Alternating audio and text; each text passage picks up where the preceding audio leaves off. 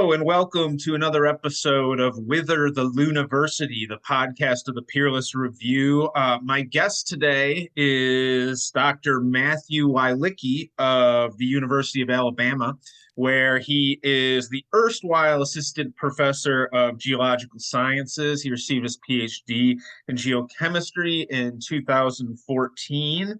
His research interests include early Earth during the initiation of life on the planet, asteroids, major extinction events, and climate science. Published in many top-tier journals, dozens of articles, but most notably recently announced on Twitter with a big response that he would be stepping down from his position as assistant professor at Alabama at the end, I believe, of this semester. So we're lucky to have him here to ask a few questions of him and talk with him this afternoon. Matthew, welcome. Thanks, Adam. Thank you for having me. Yeah, so I asked this of everyone. Let's say probably pre-college or in your early years of college, how'd you get into geosciences? How did this become an interest or a passion of yours? Yeah, so actually my original degree, my bachelor's, was in biochemistry and cellular biology. I got that from the University of California in San Diego. I always had a kind of scientific mind. I was very analytical, so I was kind of steering towards that direction. As a young as a kid and as a young adult, I was very outdoorsy. I like to ski. I love to fish and fly fish. So I found myself outdoors a lot, and I was really enjoying the lab portion. I started working for a novel vaccine company after I graduated, and I was in the lab all day, and I really enjoyed that. But I was looking out the window all day too, thinking, man, it would be what if I could merge like my passion for being outside and outdoors and nature, but I could still have some sort of this analytical side, and I love the lab portion, and it just became this kind of natural towards earth science because it is this merger of rigorous science. I'm a geochemist, so I kept the chemistry side, but you also spend a lot of time in the field and sampling rocks. And I've gotten to travel all around and spend many weeks in places like Tibet, for example, sampling different rocks, and then we take them back into the lab and we can analyze them. And it was this beautiful merger of the field and outdoor activities and exploring the world, but also a lab component and a rigorous scientific component there as well. And so it was just kind of a natural progression toward earth science. That's really interesting. I fulfilled my college science requirements with geology, and I enjoyed those classes very much. Many folks do. Yeah, It seems to be a little less intimidating than things like physics or history. it was, but honestly, I was surprised at the amount of mathematical and empirical rigor to it in the lab. That was something that struck me right away because I thought that I was getting away with, let's just, look at stones and stuff like that. And there really is a heavy empirical thread running through it. Um, Yeah, folks so think it's going to be rocks for jocks, and it's not. Yes, that's what they used to call it. Um, That's right. so on Twitter, I'm going to read a quote from a thread of tweets that you made recently when you announced your departure from your university position. You said, the last few years, the obsession of universities and grant funding institutions on immutable characteristics of faculty and student and the push for equity in science above all else has dramatically changed the profession of an academic professor. The rise of illiberalism in the name of DEI is the antithesis of the principles that universities were founded on.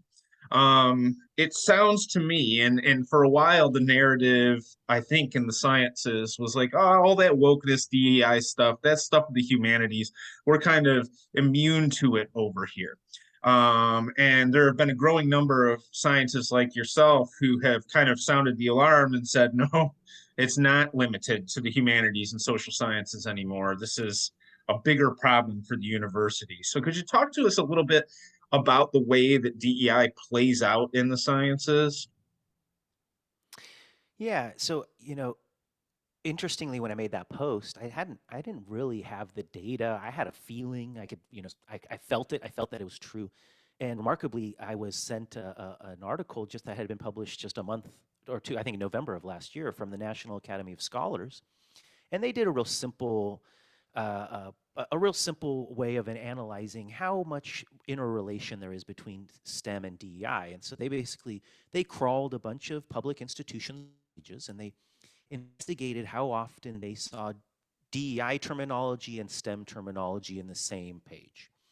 And what you see is that from about 2010 to 20, there's just this gentle progression, and it is increasing gently. And since 2020 to today, there was a five-fold increase in web pages that have this DEI terminologies and STEM terminologies. And it really became apparent to me, and I was feeling it already, but it kind of was oh yeah, I was right. This stuff really is infiltrating. But I saw it, I could feel it. I mean, every decision we were making, whether it was what students we were accepting into a graduate program, what possible postdoc we were going to hire, what new faculty member we were going to hire, everything was always framed through a lens of diversity, equity, inclusion. And in a university setting, it's so strange because we're so merit-based, especially, in the STEM fields. We're constantly giving grades and GPAs and taking tests. And this is a way for us to always try to, figure out how well we've mastered the information. And we're such a merit-based institution. And there was just this shift away from that. And it was really eye-opening to me. And I started to think about what are the possible negative consequences, because ultimately everybody says, don't bother, don't rock the boat, check the boxes, go through the hoops. We don't totally agree with this stuff either, but come on, man, do you really want to die on this sword? And I really started to see that there's really a lot of negative implications and negative consequences, even though maybe the intentions are originally good, that to start to have a discussion about this stuff was very taboo. And when I made a post and I talked about this, that's part of this illiberalism, the fact that you can't have the discussion. I was very quickly by faculty university called to rate up publicly online. I was linked to some anti-Semitic writings that happened in the university. I never talked about any of that stuff, but it really showed me that I proved my point. I mean, I was right. If you bring this stuff up, I think that the post, it doesn't say anything terrible. I try to choose my words very carefully. That I think that the folks that and the intentions here are probably good. I agree that a more inclusive and a more collaborative university community would benefit the community. But if that's the goal and then the outcomes are that people are being alienated and self-isolating and going into their tribe, then we should talk about that, because the intended goal isn't occurring in the outcomes. And as an analytical scientist, that's kind of what we do all the time. We make a hypothesis, we test that hypothesis, then we tweak it, right? And so it didn't seem that crazy to me to say the outcomes aren't what the intentions were originally, and we should have a discussion. Clearly, it's one of these subjects that you just can't teach right now in academia. And people love to label, if you ask questions, you get labeled into whatever, derogatory term they want you. Of course, asking questions used to be the main business of a university, um, which is one of the sad parts to it. It sounds to me, and maybe I'm making a leap here, but you sound to me like somebody who, if I had talked to you probably 8 or 10 years ago, would have sort of seen these trends as relatively innocuous. You don't strike me, just in talking to you, as a ideologue. I think that you're probably a pretty moderate guy, and I suspect that some of these trends are actually going to backfire on sort of left progressives, as people who used to kind of go along to get along like you are pushed further to the margin because of the excesses of DEI and what I would call institutional leftism. Do you think that's happening? Yeah, I think that's probably an accurate depiction of my state of mind. If you would ask me, so I have 5 and 7 year olds. I think one big thing, when I had children, when I was going through it, it was self-preservation. It was, I don't want to rock the boat. I'll jump through the hoops. I don't totally agree with this, but can it really be that bad, right? I didn't spend much time thinking about cultural implications, long-term implications, mental health effects. But then children, it just you just look at the world differently. It wasn't the same. It wasn't just about me, and I really started to shift. And instead of just go along to get along, I said, no, I'm going to rock the boat a little bit because I'm seeing negative outcomes. And I didn't profession it to be this moving my family across the country and being so far away from their grandparents. It just wasn't worth it. And so if it was going to be that I rock the boat so much that I got rid of me, then so be it, because that was okay. I grew up in California, but I was originally born in Poland, actually in communist Poland in 1978. And, you know, I grew up not getting to see my grandparents a lot. And I was willing to kind of take that sacrifice because this was my dream job. But when I started to realize all this stuff, it made it just a lot easier for me to say, look, I'm going to speak my mind. And if people don't like it, so be it. And if there's career ramifications, okay, I got a good educational background. I'll land on my feet. I'll figure it out. And so, yeah, I think that's probably a good depiction of, if you would have asked me, yeah, probably right before I had kids, I would have told you, what does, just check the boxes, just jump through the hoops. Like, what's the big deal? But I'm seeing that there is a big deal. There are major implications to this. So you and I are the same age. I was born in 1978 also. And I commend you on the fact that you've sort of vocally resisted this stuff as an assistant professor. That takes some sand, as they say.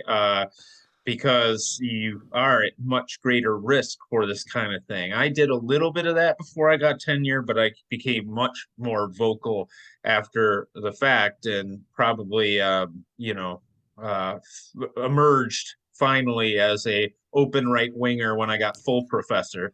But yeah, I wonder sometimes if that go along to get along attitude that you had was a very distinctively American attitude, because we used to operate in this sphere where there didn't used to be a whole lot of political excess in America on either side. And I assume that to some degree, saying that you were born in Poland back in the 70s, that probably the experience of your parents makes you a little more, maybe your radar is a little keener for exactly the end of where these things go. Could you talk a little bit about that? Yeah, absolutely. And, I find it fascinating that so many of the people that have reached out to me online is from the immigrant community. And it's always the same story. It's always, we know where this leads because we lived it. And that's why we left. And we came here to get away from that kind of stuff because of playing on an even playing field, and, judging people by the content of their character was so important to them. And if you grew up in places like communist Poland, like my parents did, you couldn't speak out against certain things. There were things that you couldn't speak about, right? You get thrown in jail, maybe even worse. And so it's remarkable that it's the immigrant community that really sees this for what it is. And it's so many of these folks that grew up in the US system, and they have no understanding of where these things lead. They just kind of jump through the hoops. The truth is it's a huge sacrifice to go get a PhD. You're broke for a long time, and you finally get a job, you start to get an income, and oh my gosh, am I going to throw them out because I've been, scraping the bottom of the barrel, and I probably have student loan debt, and am I going to really, say something that's going to put my job in jeopardy even though I may not fully agree with it?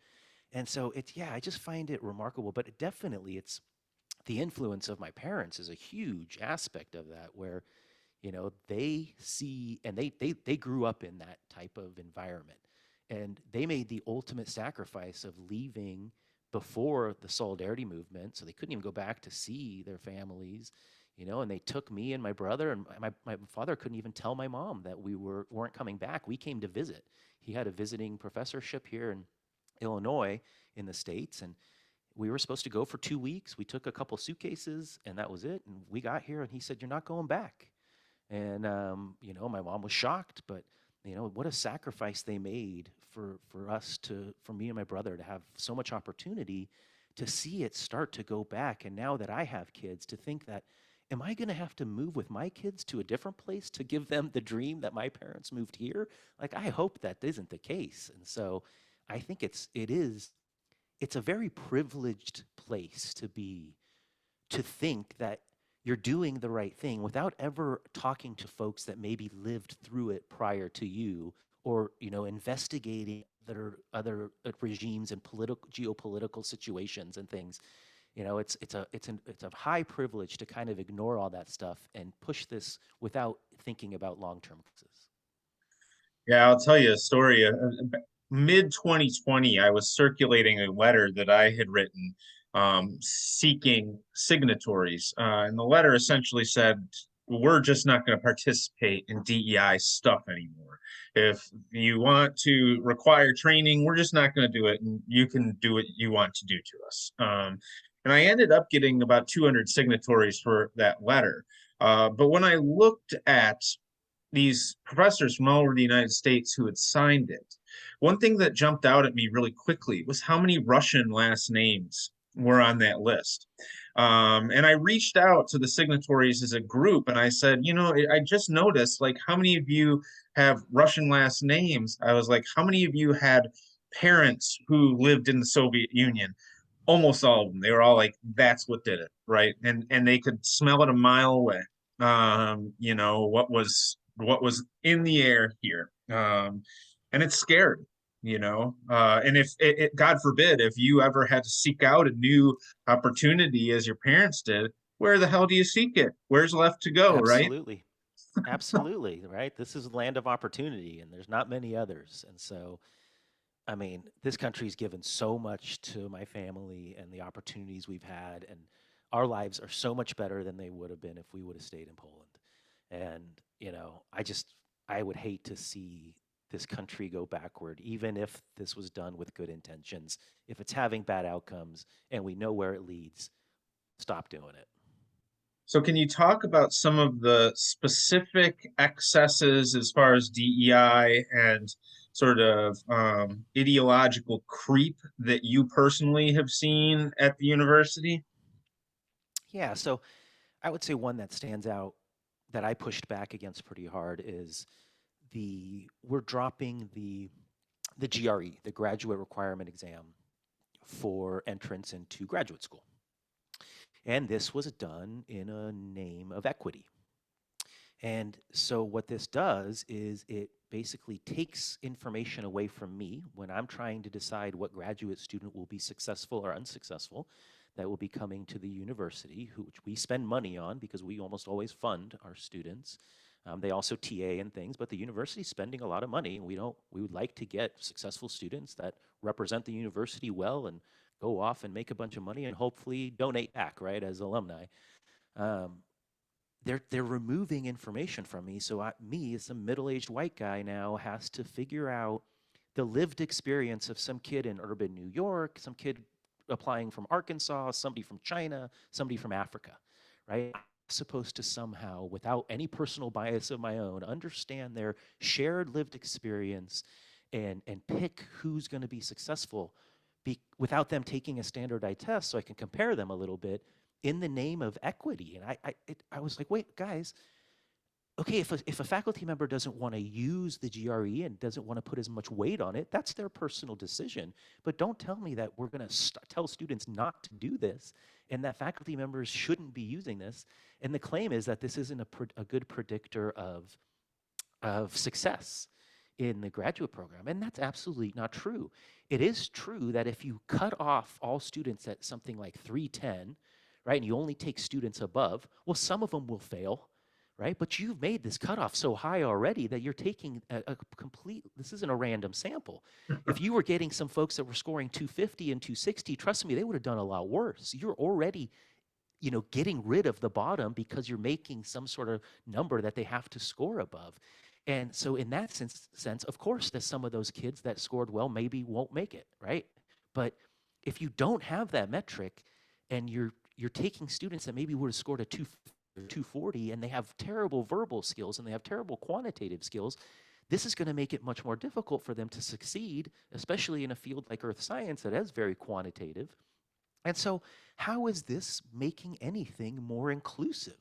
Or how is this making it more equitable? And so I pushed back hard, to the graduate school here at University of Alabama about that. This is absolutely ridiculous. What you should be encouraging them is to take up more different tests. Give me as much information as possible so that I can make the best decision on who's going to succeed and end up in a good productive career once they leave the university. And so that was probably one that I was shocked. And you know, this is all over. This is happening in almost major institutions. They're removing the GRE. They're removing a standardized test in the name of equity, which I just don't understand how that's going to benefit how I decide on who's going to be a successful graduate student at the university. It's interesting that you bring up this example because I was for almost 10 years the director of the graduate program at my university in my field. And I stepped down about 3 years ago, and certainly the fact that we had gotten rid of our GRE requirement was one factor in that decision. But it wasn't for me, it wasn't really just that we didn't have GRE anymore. It started to feel, in some respects, predatory. If you an admission to graduate school should be an implied statement on the university's part that says we believe you will succeed here. If it doesn't mean that, then there shouldn't be an acceptance, right? And when we wipe away these all these standardized metrics of performance prediction, right, we have no idea if they're going to be successful or not and when they're not. Right now, the student is taking out what, $20,000 in student loans to complete a degree they're never actually going to complete. Have we moved them ahead in the game of life or back in the game of life if they never set their goal? And so, it felt predatory to me to a certain degree. Yeah, I agree. I think that what you're seeing is that underrepresented students are being used as currency, essentially, to make universities appear better than their counterparts or more, more inclusive or more woke or whatever the term would be. And if you look at the DEI policies for our University of Alabama, for example, there's very little, well, none of the policies that are stated talk about success in the future after graduation. They don't care. They have Right. no interest in understanding if these students are actually benefiting in the long run. They just want to say, hey, look at us. We have this minority population, and Auburn's got less. We're better, right? And it's become like we're literally using people as currency to try to brag about how noble we are without really any attention to whether this is having long-term benefits. And in the STEM fields, we know it's not because the NSF provides us with the data and they showed us that there is an increase in the minority population in the STEM fields through universities, through these programs. We have seen a small increase. That is not reflected in them going off and getting careers at all, right? It's the private sector and industry, they have this kind of notion that, well, if they have all these DEI programs, maybe this kid isn't as on par with this other right applicant, so I'm going to take the one that doesn't have this stuff. And I was talking to quite a few African Americans on Twitter about this because I said I wanted to hear from the African American community. And do they think that these are having these long-term effects, and how do they view this? Because I can't speak for them. And it was remarkable that people told me that back in the day, they used to put ABB after their degree, or sorry, BAA after their degree, which stood for affirmation. So they were highlighting that they earned their degree and this was their GPA before any of this stuff got in, so that they were looked at as I had the merit, I didn't have, didn't get any benefit or anything like that, because they felt like people were they everybody thought that they didn't have to work as hard, right? It's this cultural thing that's much bigger than just the university that really I started to think about. And talking to my parents obviously was a big one too, that there's huge implications of this stuff. And we don't really feel it and we don't really see it. And we just kind of check boxes and jump through hoops. But if you take a step back and you think about the cultural implications and view each other, between races, this has really a lot of negative consequences to. Yeah, absolutely. And on another front, in I want to talk a little bit about your research area, because also in your chain of tweets you reference this is a quote, the science community's silence on the false climate emergency narrative. I talked with Judith Curry, who I'm sure that you know, a couple weeks ago, a little bit about this. I am certainly a great skeptic of the alarmist narrative, but I'm also not a scientist. I'm an English professor, and so what I think about it probably doesn't matter that much. But I'm always interested to talk to people who do have expertise in the geological sciences, to tell me, like, why is it, how do we know that this climate emergency narrative, that we have this kind of impending doom, is in fact misguided or misrepresented to us? Yeah, so Judith is wonderful. I think, she's a great example of speaking out against some of this stuff, right? Chair of one of the best earth science departments around at Georgia Tech. And, it's clear that this stuff can't be talked about. And, I'm not a climate scientist. I'm an isotope geochemist. So I work in a lot of the same realms. We use the techniques, the same statistics, and the same methods. I usually work on things like early Earth and the origin of life, and I also don't work in the oil gas exploration part. So I felt that I could take kind of an objective look at the climate debate. I think I'm an expert in that realm because I'm using the same techniques, but I didn't have a flag on either side, so I felt like I could make an objective opinion because it wouldn't benefit me or hurt me in either way. And what I started to realize was that the narrative of a catastrophe is just not actually in the empirical data. If you look at the empirical data, that the number of the humans that lose their life to natural disasters has dramatically decreased, and that has to do with a lot of things like infrastructure and early warning systems and everything like that. But if you also look at things like, the frequency of hurricanes, we don't see an increase. If you talk about just there's a center for the research in the epidemiology disasters.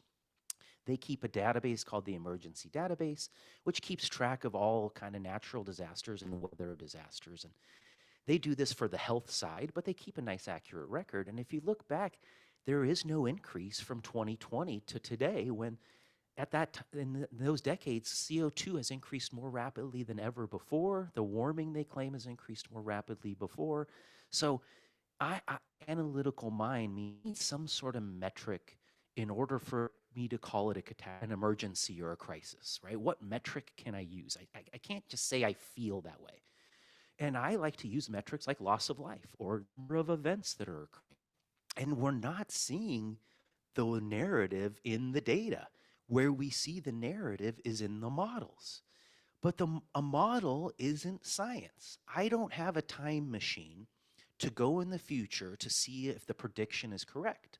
And if a prediction or a hypothesis is unfalsifiable because it's untestable, that is no longer part of the scientific method, right? That's a prediction. Great. I understand. I've heard the predictions for 20 or so years. Most of them are not coming true. And so I understand that there's a catastrophe in the models. I also understand that a model isn't science. And I focus on the empirical data that we have. We've been monitoring now everything like crazy for decades, tons of satellites and everything. It's clear the planet is warming. If you look at the record, there's never been a stable climate. So the climate can do one of two things: it can cool or it can warm. We are in a gentle warming period. I accept that. I think everybody pretty much accepts that. I think cooling is much more dangerous to human society than warming is. But all of the other stuff that makes it a crisis or an emergency, which is basically, loss of life, or Al Gore talking about the oceans boiling and billions of people migrating.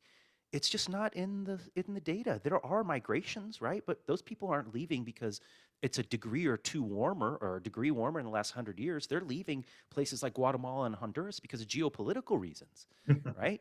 So it's clear to me that models can say whatever they want.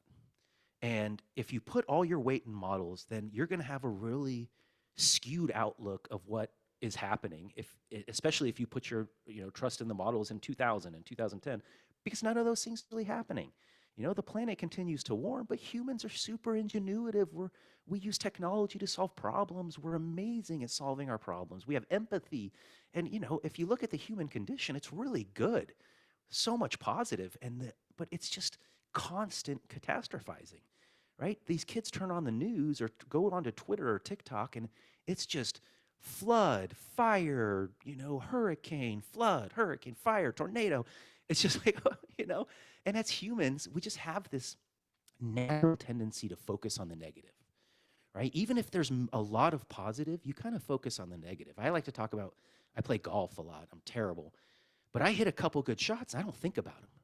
But I shank one off into the woods. I'm thinking about that shot for the next 4 holes, right? It's kind of the human nature to focus on the negatives. And this is having really drastic effects on young people's mental health. And nobody considers that. Everybody just pushes this. And I blame the science community because we know media is going to exaggerate this stuff. And we know governmental panels that are full of bureaucrats and politicians is going to do that. Be focusing on the scientists should be speaking out and saying, hey, that's my manuscript. I wrote that. And if you read my manuscript, it doesn't say all of what you just said. We choose our words very carefully. If you actually look at the science, they're very careful. But they also are like, hey, well, what's the negative, right? They're just giving us more attention. We're going to get more funds. So, they stay silent. And that was when I was talking silence of the year of society. And it's just, this was probably because I've recently a father, or the last 7 years, I started really thinking about other implications. Probably if you would have asked me 8 years ago, just like with the DEI stuff, I would have said, yeah, it's overblown and everything, but what's the harm, right? Let's protect the planet, let good environmentalists, like, what's the harm? Now I'm like, wow, this is having the exact opposite effect again. If you want to motivate a young person to be a good steward of the environment, don't tell them the planet's going to end in a decade. One thing that I've noticed with especially my youngest students, freshmen, sophomores, is that they are very reticent to say that they know anything for sure. And this is a good impulse because they actually do know very, very, very little. But two things that all of them think they know. Number one is diversity is good. Number two is the world's going to end because of climate change. And it almost uniformly, Americans who are 20 years old, they don't know what they believe, but they believe those two things. And But they you believe them mentioned, very confidently. oh yeah, yep. You mentioned the science, and I have in front of me I don't know if my thing's going to pick it up, I the see it. climate report. This is it's called NCA4, as you know, but listeners might not. But this is the National Climate Assessment of the U.S. Global Change Research Program. In other words, the government report on climate change. And I want to ask you about this because I'm a little skeptical that the science is as careful as you say. In making these you called them predictions, which I think is the accurate word. The scientific community likes the term projections, but I think predictions is probably the better word to use. But in this report, they specify they're measures of confidence. In other words, when they give one of these predictions, they give a quantification of how confident are we that this is accurate. And when I look at this chart, this is for anybody who has this document, it's on page 8, but they list these confidence levels. And for high confidence, this is, I'm going to read to you where they set the bar for a high confidence prediction. It says moderate evidence, where there are several sources with some consistency, where methods vary and or documentation may be limited, comma, a medium consensus. That's a quotation. Now, as a layperson and as a rhetorician, I'm reading that and saying, why does a high confidence prediction require only a medium consensus and moderate evidence? Do you have any insight on that? I'll tell you exactly why, because otherwise there would be no high confidence in anything that they were choosing. Any one of their metrics that they use, they wouldn't be able to claim that it has high confidence. So what do they use? They use all these wishy-washy words, may, could, you know, and it's clear that they're setting this up so that they can make claims. They're not, this isn't about climate science. This isn't about reporting on the nature or the state of the planet. This is about pushing policy. That's what it's become. And this is all about pushing certain policy agenda. And they know that if they made what I would consider a real rigorous high confidence metric, you know, some number of people must agree or, you know, need to be able, it's been tested and it's been repeated multiple times. And none of their things would ever be able to get to that metric. So what do? They lower the metrics. Can claim high confidence when clearly if you went to the doctor and he said, I have high confidence that you have cancer because you may have cancer, and you know, a couple of you'd be like, wait a minute, I'm going to go get a second opinion, like, you know. Right. So this is when politics gets intertwined with science, and Now, it's super unfortunate. let me ask you another question, because when I look at this and I say that just doesn't add up, right? As someone who studies rhetoric, I say I can think of two reasons for this. One reason is that the scientists really are deeply convinced that we have an impending catastrophe, and that the only way they can push public policy in the direction that it needs to go is to scare the hell out of everybody. That's option one. The other option is that they don't really believe this, that they know that they're misrepresenting the potential for catastrophe, but that the public policy measures that would need to be taken to save us from this non-existent catastrophe would align very neatly with certain political objectives that they also like, i.e., say, the socialism of the old Eastern Bloc, right? I don't see how, like, if there was this impending climate catastrophe, then basically that's what we need is agrarian socialism is the only thing that can save us at this point. Is that a happy coincidence, not a coincidence? What's your take on that? I think that people fall into both. I think that option two is the people at the top. This is the World Economic Forum. This is the top of the UN. I think that IPCC? IPCC, absolutely. Not necessarily the scientists, but we're talking about the bureaucrats, the policymakers. You know, people think that it's a science panel. No, it's called the Intergovernmental Panel on Climate Change. It's a governmental panel. And I think that a lot of the young scientists are option one. I think they really do believe it. I think that they've been convinced, and you know, the PR machine is huge, and it's been very successful. Like we talked about, the students are very confident in this, and you know, I think that the people that know option two are taking advantage of the people that in option one, right? And it's just so disheartening to see, because it affects scientific integrity. Have another problem down the road, and if people don't trust science and trust scientists because, you know, they think that they're going to get intertwined with politics and everything, and what they see isn't real, then the next challenge is going to be that much more difficult to overcome. And so I really think it's option two for the top, and unfortunately, they're taking advantage of the people that believe in option one.